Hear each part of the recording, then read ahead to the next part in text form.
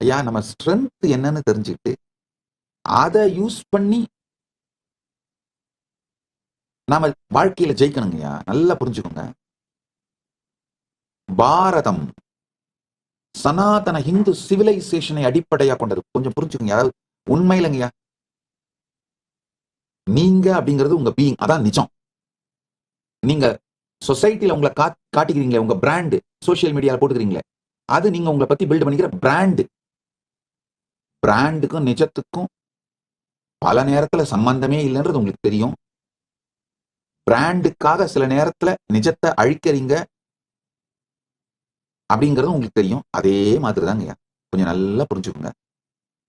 சனாதன Hindu civilisation தான் இந்தியாவோட நிஜம்.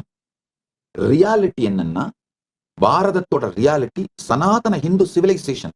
நான் பாரதம்னு சொல்றது வந்து காந்தஹார்ல இருந்து கம்போடியா வரை 56 தேசங்களையும், மகாபாரதத்தை சொல்ற 56 தேசங்கள், காந்தஹார்ல இருந்து கம்போடியா வரை, கைலாசத்திலிருந்து ஸ்ரீலங்கா வரை, இந்த வடக்கு தெற்கா கைலாசத்திலிருந்து ஸ்ரீலங்கா வரை, கிழக்கு மேற்கா ஆப்கானிஸ்தான் கந்தஹார்ல இருந்து இந்த கம்போடியா கம்போஜ தேசம் வரை, இதுதான் பாரதம்னு சொல்றேன்.